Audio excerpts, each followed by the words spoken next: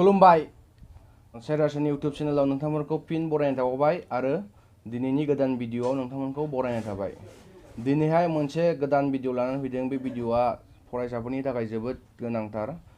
आरो मिथिनो गोनां आरो बिथांमोननि थाखाय खुसि। बेखौ मिथिनानै बिथांमोना खुसिबो जानो हागौ। दिनैनि गोदान भिडिअआनो जाबाय आसामनि गोदान एसटि स्कलारशिपनि सायाव नोंथांमोननो बे भिडिअनि गेजेरजों फोरमायगोन। नै दा जायफोर फंबाय बिनानावमोना मेट्रिक पास जानानै एचएस फार्स्ट इयाराव एडमिशन थिसनबाय एबा एचएस पास जानानै बिए बा बिकम बा बिएससि जा जिखुनु माबायाव इडुकेसनेल इनस्टिट्यूशनावनो एडमिशन खालामबाय बिथांमोननि थाखाय बे भिडिअखौ लाबोनाय जादों। आरो जायफोर बिथांमोना बिए बिएससि एबा बिकम एबा जायफोर फरायनानै पोस्ट ग्रेजुएटआव मुं थिसनबाय बिथांमोननि थाखायबो बे भिडिअआ जोबोद गोनां। मानोना जायफोर फंबाय बिनानावमोनहा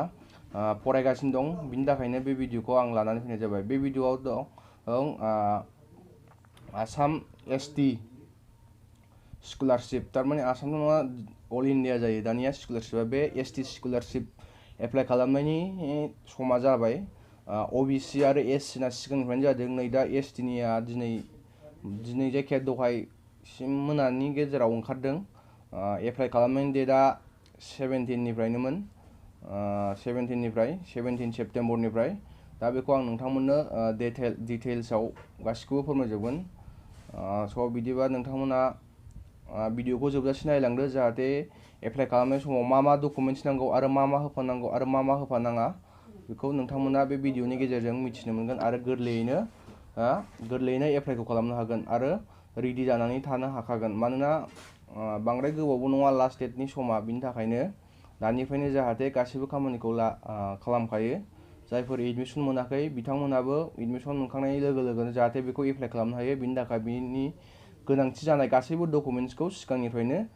रेडि खालामनानै लायो। बेखौ आं नोंथांमोननो फोरमायजोब्बाय जाहाथे नोंथांमोना भिडिअखौ जोबजासे नायलांदो गासिखौबो आरो बुजिनानै लाखाजोबदो। फैदो जों दानिया आं फंबाय बिनानावमोननो नोंथांमोननो नैबे नटिफिकेसननि दारै गासैबो आबुं भिडिअखौ आं नोंथांमोननो फोरमायनानै होनोसै। बिदिबा फैदो मबाइलनि स्क्रिनाव आं नोंथांमोननो डिटेल्सआव फोरमायलांजोबसै अबेहाय मा खालामनांगौ। फार्स्ट जों गुगोलाव थांनांगोन, जायखिया मोनसे पर्टेल खुलिना लानांगोन। गुगोल क्रोम बा गुगोल बा मजिला फायारफक्स जेखौखि खुलिया बाहाय मोनगोन, जेजोंखि जागोन। एप्लाइ खालामनाय समाव बेखौल' नोजोर ला जाहाथे नोंथांमोना मबाइलाव बानायलाबायनो नाङा, मानोना मबाइलाव गोबां प्रब्लेमबो जानो हागौ माखासे डकुमेन्ट्स आपल'ड खालामनायफोराव आरो स्क्रिना फिसा हिसाबै माबाफोर मिस्टेकबो जालाबायनो हागौ। ओंखायनो जाहाथे नोंसोर मबाइलाव बानायनाङा। स' दा आं नोंथांमोननो बिनि वेबसाइटखौ होनसै। बाहाय नोंथांमोना नेसनेल स्कलारशिप पर्टेलाव लिरनानै सार्च खालाम। नै आंना दंखायो नालाय आं बेहाय थुनानै होनोसै। बाहाय लिरनानै नैबे फार्स्टनि थुनायावनो होगोन। बिनि उनाव मा खालामनांगोन, नों जुदि गोदानबा निउ रेजिस्ट्रेसनाव होनांगोन ना। बिनि उनावनो नों बेखौ बानायनो हागोन। स' आं बाहाय नोंथांनो बिनि सिगां माखासे डिटेल्सखौ फोरमायग्रोनो सानदों। स' डिटेल्सआव थांग्रोनि जों बिदिबा फैदो डिटेल्सखौ नायग्रोजोबसै। नैबे ST scholarship Assam 2021 pre matric and post matric scholarship. मानोना प्रि मेट्रिक आरो पोस्ट मेट्रिक जायफोर मेट्रिक परिखानि ओरैजाय गाहायाव, थारमाने हाई स्कुल लेभेलफ्राव फरायनायफोर बिसोरनि थाखाय प्रि मेट्रिक, आरो जायफोर पोस्ट मेट्रिक जायफोर मेट्रिक थाखोखौ उथ्रिबाय एबा क्लास 10नि जोबथा आनजाद HSLC जायखौ बुङो बेखौ उथ्रिबाय बिथांमोननि थाखाय नैबे पोस्ट मेट्रिक, थारमाने जायफोर HS first year second year BA BSc MCom MSc MA बेफोर फरायनाय आरोना पोस्ट मेट्रिक। नै होबाय government of India has release the official notification for Assam ST scholarship scheme 2021। Basically these scholarships are pre-metric and post-metric scholarship for the students of Assam belonging to scheduled tribe for the year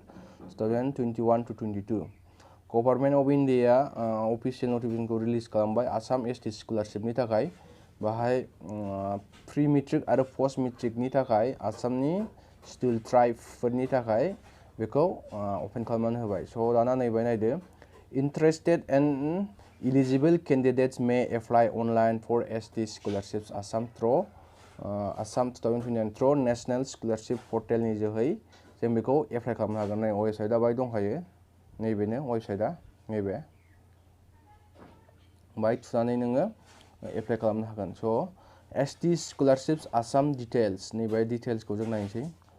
name of scholarship scheme scholarship मा स्कीमनि बे आलादा थायो नालाय बे schema जाहैबाय pre metric and post metric scholarships for ST student pre metric जायफोर मेट्रिकनि matric परिखा होनायनि गाहायाव क्लास 10 नि गाहायाव बिथांमोननि थाखाय क्लास 8 9 10 जा अबे क्लासनिफ्राय हायो बेखौबो दा खिन्थागोन नै क्लास 1 निफ्रायनो दं नै प्रि मेट्रिकआ क्लास 1 निफ्राय क्लास 8 सिम प्रि मेट्रिक स्टेट स्पन्सर्स बेखौ स्टेटनिफ्राय आरो प्रि मेट्रिक क्लास 9 निफ्राय क्लास 10 बे जाहैबाय प्रि मेट्रिक बिनिफ्राय पोस्ट मेट्रिक जायफोर मेट्रिक पास जाजोबनाय बिसोरनि थाखाय क्लास 11 निफ्राय इसिबांसिम गोजौआव दंना एमए बिए बिए जायखिया आरो एलएलबी एमफिल बिसोरबो हाजोबगोन स' बेनो दा बेखौ बुजिबाय दा अफिशियेल नटिफिकेशना नैबाय नै स्कलारशिप gov.in आव नायनो हागोन नोंथांमोना स' नैबाय नै एप्लिकेशन स्टेटासा एभेलेबल मोनबाय दानिया eligibility criteria of Assam ST scholarship माबादि माबाया बेखौ इलिजिबिलिटी थारमाने सायख'जागोन बे स्कलारशिपखौ बेखौ नैबाय होबाय बेखौ फरायलांसै आं आरो नोंथांमोनाबो नायदो This scholarship shall be available for students in India only and will be awarded by the governments of states, union territory to which the applicant actually belonging to that's permanently settled individual eligibility criteria for as scholarships are as given below. Best scholarship available जागोन studies in India only and will be awarded by the governments of states, union territory which the applicant actually belonging to permanently जायफोर स्टुडेन्टफ्रा permanently settle जानाय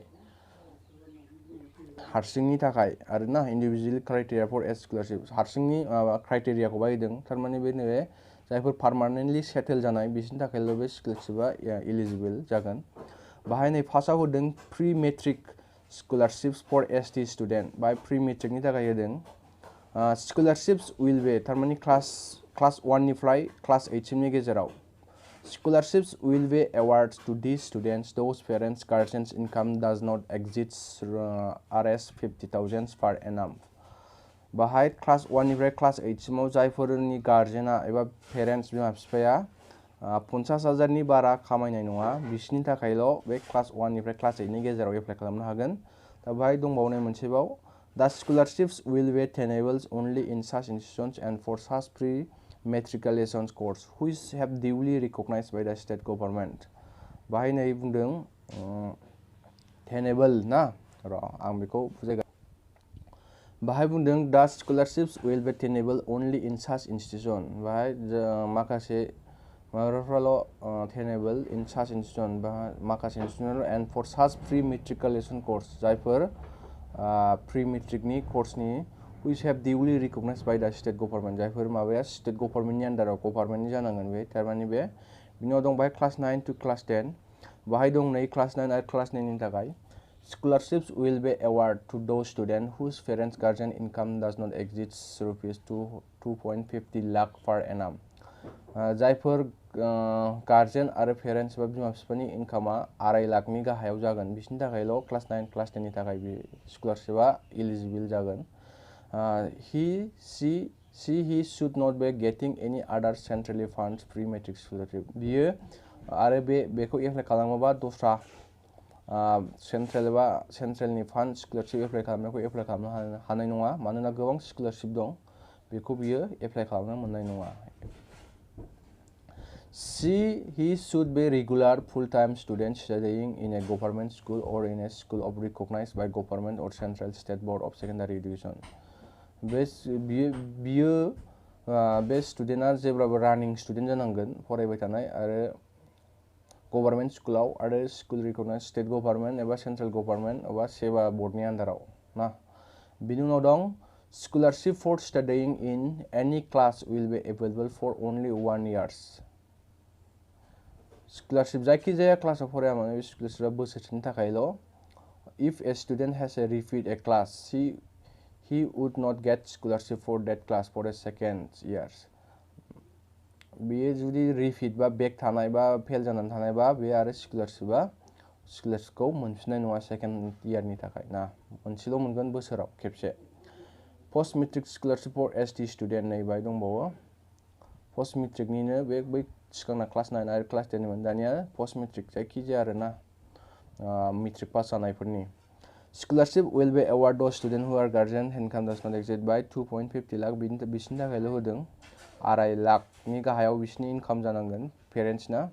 नैबाहाय जेबो criteria होआसै नैबाहाय माखासे criteria होदों class 1 निफ्राय class 8 आरो class 9 निफ्राय क्लास 10 नि गेजेराव बिसोर गभर्नमेन्ट स्कुलाव फरायनाय जानांगोन आरो सेबानि माबायाव फरायनाय जानांगोन होमबासो बिथांमोना बे स्कलारशिपनि थाखाय इलिजिबल जागोन नङा बिथांमोना बे स्कलारशिपनि माबाखौ मोननाय नङा दाना भेलु अफ एसटी स्कलारशिप 2021 भेलुनो the value of scholarship pre मेट्रिकनिखौ बुंदोंसै the value of scholarship is ranging from ₹100 to ₹350 per month depending on the class they studies. Additionally, book and ad hoc grants are also available in the form lump sum amount. बिसनिया जाहैबाय pre मेट्रिकनिखौ मा होदों मानाव 100 निफ्राय 350 नि गेजेराव बिसनि class आरो फरायनायखौ डिपेन्ड खालामनानै जागोन आरोना एडिशनेलि बुक्स एड हक ग्रेन्ट्स माखासे लेखा आरो माबाफोरखौबो बिथांमोननो होनाय जागोन बाहाय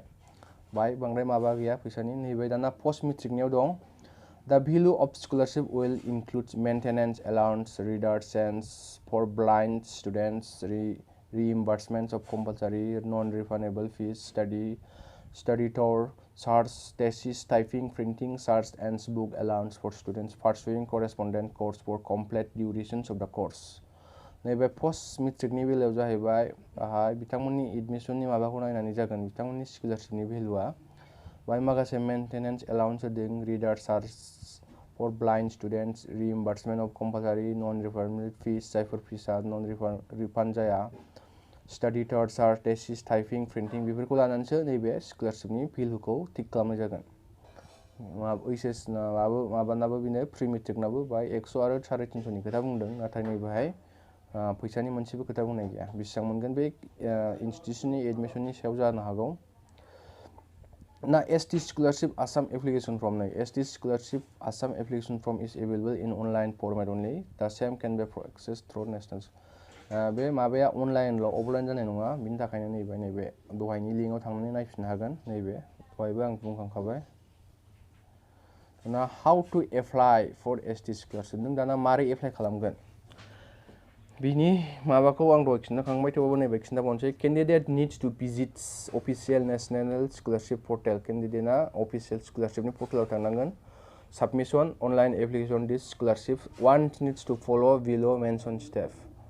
खौ मोनसे स्टेपै माबा खालामनानै थिनदों फार्स्टआव जों नैबेखौ बुनानै गुगल बा गुगल क्रोम जायखिजाया मोनसे वेबसाइटआव सार्च खालामनांगोन स्कॉलरशिप गवर्नमेंट.in बिनि उनाव scroll down माने go to important web link गाहायाव बोख्लायलांदो बिनि उनाव click online application link मोनसे online application लिरनाय थागोन नैबाय क्लिक खालामनानै होदो नैबाय scroll down माने गाहायथिं बोख्लायलांनांगोन बेखौ सार्च खालामग्रोनानै ओमफ्राय बिनि उनाव a new web page will be open नैबाय बुंबायनायनि मोनसे वेब पेज ओपन जागोन बिनि उनाव click on जुदि गोदानखा नालाय जोंथ' बेहाय ओंखायनो निउ रेजिस्ट्रेशनाव होनांगोन बाहाय माबानि होथ'वाखै रिनिउवेलनि होथ'वाखै रिनिउवेलना उनाव होनो हागौ बिनि उनाव enter your details as request in the phase and register yourself बाहाय नोंनि डिटेल्सखौ रिक्वेस्ट आरो फेस एन्ड रेजिस्टार खालामनो थिनदों आं दा खिन्थागोन बेखौ ससे after registration enter all credential and upload your डकुमेन्ट्सबो आपल'ड खालामनांनो हागौ as request in the portals finally click and submit बिनि उनाव print out of your submission information खालामदो गासिखौ खालामनानै नैबाय होदों important date of ST scholarship Assam 2021 starting date of online एप्लिकेशना दाख्लै 16 तारिखनिफ्रायनो आं दहाय 17 तारिखखौ थांदोंमोन नङा सरि 16 तारिखनिफ्रायसो 16 तारिखनिफ्राय जादों दाख्लै थांनाय 16 बिनि उनाव last date of online application बे 20 नभेम्बरसिम गोबाव दङ 20 नभेम्बरसिम नै बिनि उनाव last date of defective verification कलेजाव नों एप्लाइ खालामनानै ओंखारनाय फर्मखौ कलेजाव साबमिट हैनांगोन बिनि लास्ट डेट भेरिफिकेशना जाहैगोन 28 तारिखआव ओमफ्राय बिनि उनाव लास्ट डेट अफ इनस्टिट्यूशन लेभेलफोर नैबेसो डिफेक्टिभ भेरिफिकेशन बे डिफेक्टिभ भेरिफिकेशन बिनि उनाव last date of institution verification 30 नभेम्बरसिम 30 नभेम्बरनि गेजेराव नों साबमिट हैजोबनांगोन कलेजाव ना स' बिनि उनाव नों डाइरेक्ट लिंकआव थांनानै नायनो हागोन लिंकआ नैबेहाय नों बुनानै नायजोबनो हागोन स्कलारशिप एसटि स्कलारशिप मा दं मा गैया माबाया नैबे वेबसाइटआव थांना नायनो हागोन मा नांगौ मा नाङा बेखौ मोजाङै नायग्रोनो हागोन नों एप्लाइ खालामनायनि सिगां नङाबा उनाव मिस्टेक जाबा गोरोन्थि जागोन आं थुनानै नायनोसै मोनसे नै डाउनलड जाखानाय दं आंना स' आं बेखौ डाउनलड होबावनोसै खेबसे ओंखारबाय माबाया नैबेहाय फैबाय ने नैबेहाय माखासे बिनि इलिजिबिलिटि कुइसनफोरखौ बाहाय दं नै Who are eligible? सोरबादिया student of the prior minister eligible? What is the last date of submitting? Last date माला? How can I apply for scholarship? मारै एप्लाइ खालामनो हागोन? बेखौ गासिखौबो नैबेहाय कुइसन सोंनानै एन्सार होनाय बादि कुइसन एन्सार लिरो बेबादि होखादों एडिट खालामनो हागोन ना हाया मिस्टेकफोर जाबा which fields in application form are mandatory अबे बादि माबाखौ फिलआप खालामनांगौ आरो अबे बादिखौ फिलआप खालामाबाबो जायो बेफोर which field institute state can edit अबेना एडिट खालामजायो माया एडिट खालामजायो नैबे सेस दंजोबखायोना स' जों बेखौ नायबाय थाला बांद्राय डाइरेक्ट नैबे रेजिस्टारनि माबायाव थांनानै नायग्रोनोसै नैबे गेंबाय ने स' जों दा गोदान रेजिस्टार नालाय बाहाय मारै एप्लाइ खालामो मायो बेखौ देखायगोन स' निउ इउजार बाय थुदो निउ इउजाराव नैबे गेंबाय Now student applying for scholarship first time press ना needs to register first time register खालामनांगोन बिनि उनाव parent guardian student who are below as 18 years date of registration 18 years नि गाहायनिया मा जागोन बै दहाय फोरमायखादों Before initiating registration process student parents guardian are advised to keep following documents नाय apply खालामनायनि सिगां नैबे होखानाय डकुमेन्ट्सफोरखौ रेडि खालामना लानो थिनदों बाहाय मा दं नै Educational documents of student फरायनायनि documents नैबे एक नाम्बाराव 2 नाम्बाराव दं students banks accounts number and IFSC code of the bank branch बे account number आरो IFSC code by notes for pre-matric scholarship scheme where students don't have their own bank account parents can profit their own account जुदि उन्दै फरायसाफोरनि थाखाय बा pre-matricनि थाखाय बा बाहाय जुदि फरायसाया जुदि गावनि निजा एकाउन्ट गैयाबा बाहाय बिमा बिफानि एकाउन्ट होनानै बानायनो हागोन बिनि उनाव however parents account number can only be used against scholarship application for a maximum 2 children सानै गथ'नि बारा बिमा बिफाया होनो हानाय नङा गावसिनि बेंक एकाउन्टखौ थारमाने मोनसे बेंक एकाउन्टआव खालि गावसिनि सानै फिसाफोरखौ होनो हागोन जुदि साथामबा होनो हानाय नङा बाहाय नै आधार नाम्बार अफ द स्टुडेन्ट आधार कार्ड बिदों Aadhaar number if Aadhaar is not available then bona fide student certificate from institute school and जुदि बिथाङा बेनाव आधार गैयाबा स्कुलनिफ्राय मोनसे bona fide सार्टिफिकेट हरगोन बेखौ स्कुलनिफ्राय लायनांगोन बिनि उनाव एप्लाइ खालामनांगोन Aadhaar enrolment ID and scan copy of bank passbook ID proof हिसाबै आधार कार्डखौ होबा नों बेंक पासबुकखौ स्केन खालामनानै होनाय नङा स' आधार गैयाबा नों बेखौ होनांगोन दाना नैबाय दं नै 6 नाम्बाराव if institute school is different from domicile states of the applicant then bona fide student certificate from जुदि बे स्कुलनि माबाया जुदि इन्स्टिट्युट फसंथान एबा स्कुलनि डमिसाइल स्टेटआ जुदि आलदाबा एप्लिकेन्टना बियो bona fide सार्टिफिकेटखौ होनांगोन of the applicant then bona fide student certificate from institute स्कुलनिफ्राय बे bona fide सार्टिफिकेटखौ बियो होनांगोन जुदि माबाया एप्लिकेन्टनि डमिसाइल स्टेटआ आलदाबा बाहायनाय डेट अफ बार्थखौ नांथारगोन एडुकेसनेल सार्टिफिकेटआव मारै दं मेन्डेटरिखौ नैबेबायदि स्टार्ट मार्क होखायो नैबेबायदि जै बिदि स्टार्ट मार्क होबाथाय बेखौ फिलआप खालामथारनांगोन आरोना नैबाय दंखायो नै स्टेट अफ डमिसाइल स्टेट मिन्स दा state in which student have their permanent address ना जेराव पार्मानेन्ट एड्रेस ना बिनि जाथारनांगोन नङाबा bona fide सार्टिफिकेटखौ होनांगोन होनदों नैबे 6 नाम्बाराव बेखौ आं फरायबाय थाला सिगाङावनो नुबाय नैबे केटेगरि होखादों प्रि मेट्रिक पस्ट मेट्रिक आरो पस्ट मेट्रिक प्रि मेट्रिक मोननै जातनि ना जायफोर मेट्रिकनि गाहायाव बिसोर प्रि मेट्रिक बिसोर क्लास 1 निफ्राय क्लास 10 सिम दाना पस्ट मेट्रिक होनोबा 11 12 एबभ आरो बिनि गोजौआव इनक्लुडिं कर्स ITI नाबो हायो नै BSc BCom BTech medical student studying top level college बिसोर हाजोबगोन बाहाय स्टुडेन्टनि नेम ओमफ्राय मबाइल नाम्बारखौ होथारनांगोन इमेल आइडि होनांगोन बाहाय इमेल आइडि ना ओमफ्राय बेंक एकाउन्ट नांगोन बेंक एकाउन्टआ मोनसे खोथा बेंक एकाउन्टआ स्टेट बेंकनिखौ होबा साबसिन जायो मानोना दस्रा बेंकनिबा बिराद प्रब्लेम जानो नागिरा हाबनो नागिरा आंनि मोनसे माबाखौ खिन्थानो आं सिगाङाव आं जेला कलेज बिए फरायबाय थादोंमोन अब्ला आं पान्जाब नेसनेल बेंकनि माबाखौ होदोंमोन नाथाय बाहाय आं स्कलारशिपआ आंना स्टेट बेंकनि नङिनि थाखाय आंना हाबाखै आरो आं मोननो हायासै स' बिनि थाखायनो स्टेट बेंकखौ जाहाथे नोंथांमोना होखायो आइडि प्रुफ नैबे Aadhaar card 12 digits Aadhaar card number जुदि आधार कार्ड गैयाबा बेंकनि माबाजों आइडि खालामनानै आपल'ड खालामनानै होनांगोन ना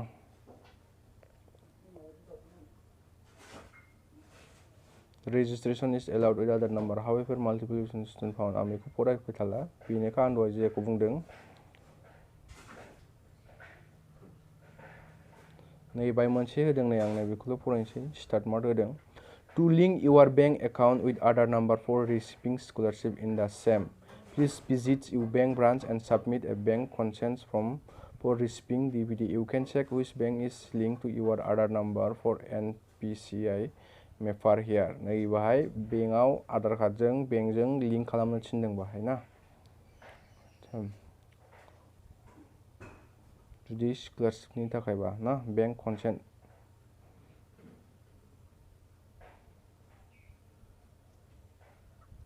दा बेनि उनाव आफ्टार साबमिटिं एलिजिबिलिटि फुल लगइन इन पासवार्ड आरो माबाखौ गोसोआव लानांगोन बेनि उनाव आइ एग्रि बिसोरखौ गासिबो होजोबनांगोन बेनिफ्राय कन्टिनिउ नैबाय दाना फ्रमा गेंबाय स्टेटखौ सेलेक्ट खालामदो आसाम मेल ना फेमेल मेल बिनि उनाव चुज स्कलारशिप केटेगरियाथ' जोंना क्लास 10नि गाहायावबा प्रि मेट्रिक क्लास 10 सिमावबा आरो मेट्रिक पास जानायबा पस्ट मेट्रिकआव होदो बिनि उनाव नामखौ लिरदो स्किम टाइपआ मा जागोन स्कलारशिप टाइप जागोन जोंना स्कलारशिप स्किम इनिशिएटिभ नङा बिनि उनाव डेट अफ बार्थ होदो जेन्डारखौ सोलायदो मबाइल नाम्बार डेट अफ बार्थखौ आं मोनसे लिरलाबायनानै देखायथ'नोसै ओरैनो जास्ट